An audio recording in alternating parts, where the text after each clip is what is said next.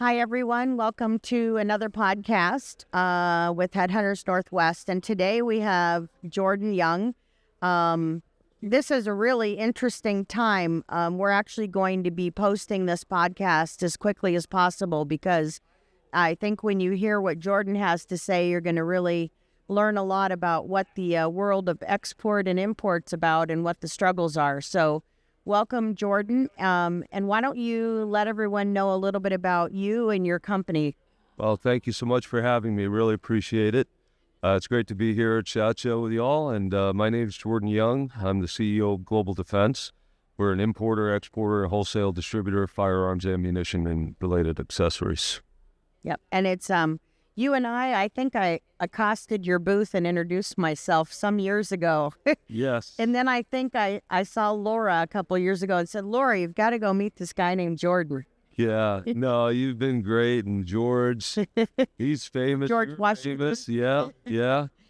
And no, it's been great. Laura's been a wonderful help to us, and I'm very happy to be working with her. Thank you. Laura Evans with Silver Bullet Marketing. She's quite the networker. The best. Keeps tying us together whether we want to or not. That's it. So recently there's been some changes for people who don't know. Can you fill us in on what that means to be an importer, exporter, wholesaler, distributor? Because there are going to be people listening to this who don't understand what that means or maybe don't have the full concept of it. Right. So these changes are really focused on export right now. And firearms and ammunition is controlled by the U.S. government for export, and you have to have licensing and you have to have paperwork from the other country to do it legally and lawfully. So I've been doing that most of my career in this business. Yeah, you're well known and well connected. Not bad. But at the end of the day, we need approval from the U.S. government in the form of an export license to be able to ship abroad outside of the United States. Right, and that's changed recently with no warning. With no warning. First, the most recent notice we got was October 27th. Wow. The U.S. Department of Commerce made an announcement that they were temporarily pausing. Mm-hmm. I'm doing the air quotes. Air quotes, yeah. Right. Temporarily pausing processing of export licenses for 90 days. Coincidentally, that 90 days should be tomorrow or Saturday, one of those days. I'm not sure how long any of our companies would be in business if you said you can't do any business for 90 days, effective immediately. That's a good point, and that's part of the problem here. And so right now, as it stands, we don't know much because the U.S. government has decided not to advise industry on what's happening behind the scenes. I believe there was supposed to be a representative from Commerce here yesterday to speak, and they did not show up. No. That's my understanding. I confirmed that with a couple of people, but that's what my understanding is. And so there have been some reports from, some documents that have been leaked from the NSSF, some rule changes they've been working on. Okay. And those rule changes are, from what I gather, going to significantly restrict commercial export sales of specifically semi-automatic weapons. Okay. So we don't know, we've seen some of the rules that were leaked. We don't know how, good or how bad or, when they will be released. I'm understanding that they may push the temporary ban even further. Oh, how helpful. Right on cue. Yeah. So, people need to understand, I think, and this isn't, a lot of times on this podcast, we're talking about careers and companies and culture, but this is the real stuff behind the scenes. This is a real business owner, just like my business, where you work all your life building your business, and then some arbitrary idiot decides, hey, we've done this for so long, but let's pull the rug out from under with no warning. And people have that's not just you. How many people are in this same line of work where they are exporting? How many people do you think is? There's hundreds of exporters around the country. I represent about 20 U.S. manufacturers. Wow. That I sell their products internationally. So for me, half of my business is export, half of it's import and wholesale here domestically in the U.S. So without us being, at the end of the day, if we don't have hurting U.S. businesses. Yeah, it's economics, small business. It's less about the firearm and it's more about the people. Yep. And it's unprecedented in the steps that they've taken with this to shut everything down, shut the whole world down at the same time. Yeah. Never happened before. And Been doing this. They're shutting this down, everyone. This isn't just your company. No. This is all exporters. And so thereby it affects all of these U.S. manufacturers that have the right and are able to manufacture these products, and they're pre-sold, and now all of a sudden they're hitting the stop button.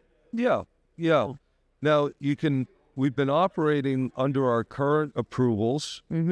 As long as you have, a valid license and you have capacity to ship on, that you have remaining quantities available, you can still use those. But there are some rumors that they even want to go back and pull those. Is that something? That's a little, it's a little lower kick.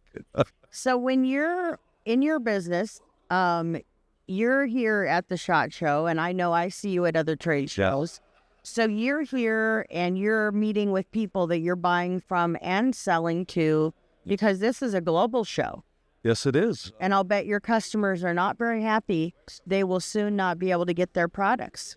Well, what's happening right off the bat is they're nervous and they're seeking going out to other countries to fill a potential void. It's caused a lot of worldwide,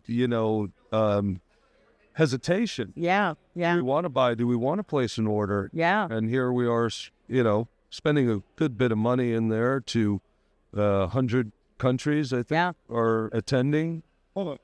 And, we have this looming over our head, so it's not the greatest environment to, So when you're the business that's affected by this, who is your go-to person? Who is your representative in the, what's the process? People, not all of us do this. So when you're exporting, do you go to your senators? Is it your national or state or? Well, if we're talking about getting authorization for the actual export, right now, since 2019, it's the Commerce Department. Okay. It used to be controlled by the State Department under ITAR. Now it's Commerce and the Export Administration Regulations, EAR. Wow. And so you go to them, wait about 30 days. Yeah. Got all your paperwork. And you get your approval in about 30 days, typically. That's how it was running. And once you get your approval, you can start shipping. Yeah, and you got a sale. Yeah, and with this industry, we're accustomed to two-step distribution. But I would think it's very important in exporting because you have a far bigger reach, and they can come to you as an exporter, and you can reach lots of different buyers because you already are working in that area. Whereas if you're just a firearm manufacturer, you couldn't possibly reach all those on your own. It'd be so time-consuming, and they're small companies. It is. You really got to work it. You got to have connections. To give you, from my historical perspective, export sales generally run about 30% of your gross annual revenue. If you're a manufacturer, like a Remington or something like that, hitting on all cylinders, you're going out to EWA, doing some foreign trade shows and stuff. 30%, though, that's quite a little bit, really. It's a good bit. And especially in a down market like we are now, a lot of U.S. companies say, hey, let's try the export thing. Yeah, right? Yeah. We need to pick up some of the slack. So... that typically happens in a down market. Everybody has, wants to pick up some market share, do something else. And, again, we have this looming over our heads, so it's tough to give an answer. Can we help you?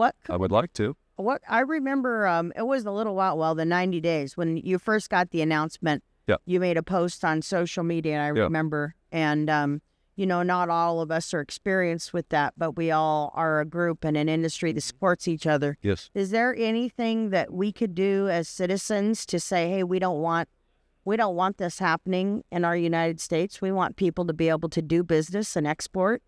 Yeah, there is. Right now, it's reaching out to your, senators and congressmen and Congress folks, because those are the lawmakers, and that's at that level. You know, it's at a very high level.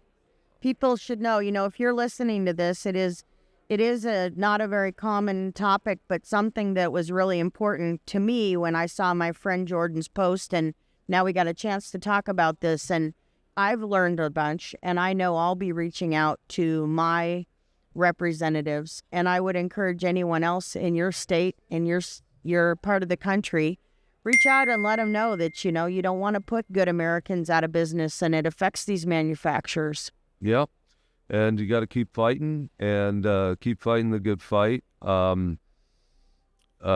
This is a constitutionally protected business and industry and product. It serves a great purpose, many different purposes. It's cultural. It's self-preservation as well. And I've always believed that from a very young age. And I feel the same way. People have the right to defend themselves, and they shouldn't be put at a disadvantage just because you have a gun, the government has a gun, the bad guy has a gun. Yeah. And it doesn't matter which one is if the gun's pointed at you, it doesn't matter who the good guy is or the bad guy is. It's you have a right. Yeah. Yeah. The manufacturers that sell or work with Jordan at Global Defense, it'd be really great when you guys hear this if you would forward it and tag it and keep sending this around, and you know who you are. So the more people, the more exposure. Let them know what's going on. Nothing's perfect. This world, we're imperfect people doing in an imperfect world, and but we all got to work together. There's a lot more good out there than bad. That's right. And we just got to stick together and, like I said, keep fighting the good fight. That's right. All right. Well, that's it for Headhunters Northwest podcast. Thank you, Jordan. Thank you. It's really, really an important cause, and so everybody that's listening, please, like this, forward it, and send some shout out to Jordan Young at Global Defense. Thanks, Jordan. Thank you.